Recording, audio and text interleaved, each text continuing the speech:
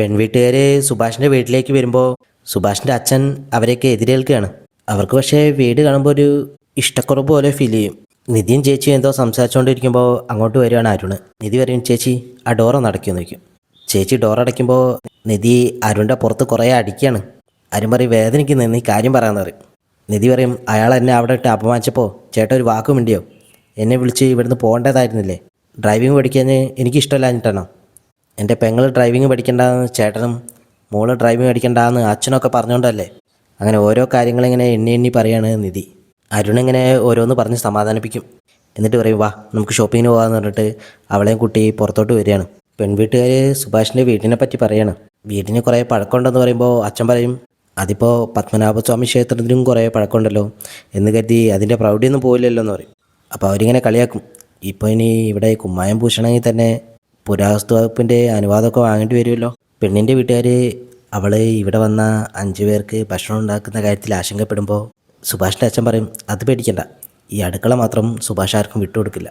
അത് കേൾക്കുമ്പോൾ അവർക്കൊരു സമാധാനമാവും. അവർ ജസ്റ്റ് പുറത്തോട്ട് സംസാരിക്കാനാകും.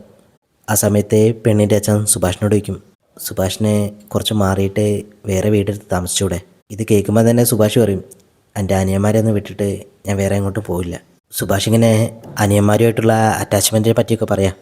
അവരെയൊന്നും കാണാതെയും അവരൊന്നും ഇല്ലാതെ എനിക്കൊരു ജീവിതമില്ല. പോകുമ്പോൾ സുഭാഷ് പറയും, ക്ഷമിക്കണം, അവരെ ഉപേക്ഷിച്ചാലേ എനിക്കൊരു നല്ല ജീവിതം കിട്ടുമെങ്കിലേ എനിക്കൊരു നല്ല ജീവിതം വേണ്ട സാർ. നിധിയൊക്കെ കാറിൽ കയറാൻ വരുമ്പോൾ ശ്രുതി ഇങ്ങനെ മനസ്സ് പറയും, എങ്ങനെ ഇപ്പോൾ ഒന്നും സംസാരിക്കുക? നിധി അടുത്തെത്തുമ്പോൾ ഒരു ഹായ് കാണിക്കും. പക്ഷേ നിധി ഇതൊന്നും കാണുന്നില്ല. നിധി നേരെ വന്ന് കാറിലേക്ക് കയറുകയാണ്. കണ്ണാടി നിധിയുടെ മുഖത്തേക്ക് തിരിച്ചു വെച്ചിട്ട് ശ്രുതി പറയും, ഇതെന്താ കണ്ട പരിചയം പോലും കാണിക്കുന്നില്ലല്ലോ. സൂര്യ ശ്രുതിയോട് ചോദിക്കും, എന്താ പോകാൻ ഇത്ര താമസം? ശ്രുതി പറയും, താമസമൊന്നുമില്ല സാർ, ഞാനൊന്ന് പ്രാർത്ഥിച്ചിട്ട് വണ്ടി എടുക്കാമെന്ന് വിചാരിച്ച്. തെറ്റൊന്നും വരാൻ പാടില്ലല്ലോ. പെൺവീട്ടുകാർ പോയ ഉടനെ തന്നെ സുഭാഷിൻ്റെ അച്ഛൻ ചന്ദനക്കുറിയൊക്കെ മായ്ച്ച് ഒരു ബീഡിയും വലിച്ച് അവിടെ ഇരിക്കും. അനിയന്മാർ പറയും, കല്യാണം നടക്കുമെന്നാണ് തോന്നുന്നത്, സുഭാഷ് ഏട്ടൻ നല്ല ചെക്കനാണെന്നൊക്കെ പറയുന്നത് കേട്ടു എന്നൊക്കെ പറയും. അവരൊക്കെ കൂടി സന്തോഷത്തോടെ സുഭാഷിനെ പിടിച്ച് ഇക്കിളിയൊക്കെയാണ്. സുഭാഷ് പെണ്ണിൻ്റെ അച്ഛൻ മാറി താമസിക്കാൻ പറഞ്ഞ കാര്യം ഇങ്ങനെ ഓർത്തുകൊണ്ടേ ഇരിക്കുകയാണ്.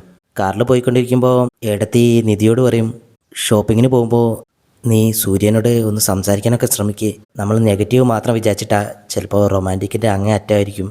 എന്തായാലും നീ ഒന്ന് സംസാരിച്ച് നോക്കുമെന്ന് പറയും. അപ്പോൾ നിധി അതൊക്കെ ഇങ്ങനെ ഓർത്തിട്ട് നിധി ഇങ്ങനെ ചിരിക്കും. കണ്ണാടിയിലൂടെ ഇതൊക്കെ കണ്ടിട്ട് ശ്രുതി ഇങ്ങനെ പാടും, ഒരു ചിരി കണ്ടാൽ കണി കണ്ടാൽ അത് മതി. ഇത് കേട്ടിട്ട് സൂര്യ പറയും, പാട്ട് പാടാനാണെങ്കിൽ വീട്ടിൽ ഇരുന്നാൽ പോരെ, ഡ്രൈവ് ചെയ്യുമ്പോൾ അതിൽ തന്നെ ശ്രദ്ധിക്കണം എന്ന് പറയും. പെണ്ണിൻ്റെ വീട്ടുകാർ തിരിച്ച് കാറിൽ പോയിക്കൊണ്ടിരിക്കുമ്പോൾ അതിലെ വല്യച്ഛൻ പറയും, നമുക്കേ ഈ നാട്ടിൽ നിന്നൊരു ചായ കുടിക്കാം, അപ്പോൾ ചെറുക്കനെ പറ്റി നമുക്കൊന്ന് അന്വേഷിക്കുകയും ചെയ്യാമെന്ന് പറയും. അങ്ങനെ അവർ 4 പേരും കൂടി അവിടെ നിന്ന് ചായ കുടിക്കുകയാണ്. സുഭാഷിനെ പറ്റി ചോദിക്കുമ്പോൾ കടക്കാരൻ പറയും, ചെറുക്കൻ കുഴപ്പമൊന്നുമില്ല, പക്ഷേ ഞാനെന്തിനാ പറയുന്നത്, അവരുടെ വല്യച്ഛൻ അതായിരിക്കുന്നു, അങ്ങേര് പറഞ്ഞു വരുമെന്ന് പറയും.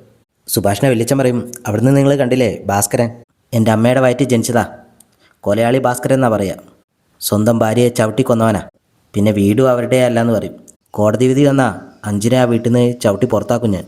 ഇതൊക്കെ കേട്ട് കഴിഞ്ഞ് പെണ്ണിൻ്റെ വീട്ടുകാർ അറിയാം, ഓ അവർ നമ്മൾ പറ്റിക്കാൻ നോക്കിയതല്ലേ. ഷോപ്പിങ്ങിന് കയറുമ്പോൾ നിധി സാരിയൊന്നും വലിയ ശ്രദ്ധിക്കില്ല. സെലക്ട് ചെയ്യുന്നത് മൊത്തം സൂര്യയുടെ അമ്മയായിരിക്കും.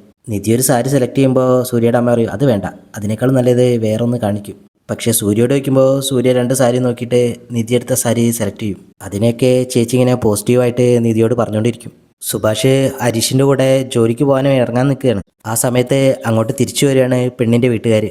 അവർ വന്നിട്ട് വല്യച്ഛൻ പറഞ്ഞ കാര്യങ്ങളൊക്കെ ഓരോന്നായിട്ട് എണ്ണി പറയാണ്. ഇതൊക്കെ കേൾക്കുമ്പോൾ ഹരീഷിന് ദേഷ്യം വരും. ഹരീഷ് അവരോട് തിരിച്ചു ചൂടാവും. സുഭാഷ് അവരോട് പറയും, നിങ്ങളുടെ മകളെ പെണ്ണ് കാണാൻ വന്നത് തെറ്റ്, നിങ്ങൾ ഇവിടുന്ന് ബഹളം വെക്കാതെ പോകണമെന്ന് പറയും. അവരിറങ്ങിക്കഴിയുമ്പോൾ സുഭാഷിൻ്റെ കണ്ണിൽ നിന്ന് ഇങ്ങനെ കണ്ണീര് വരും.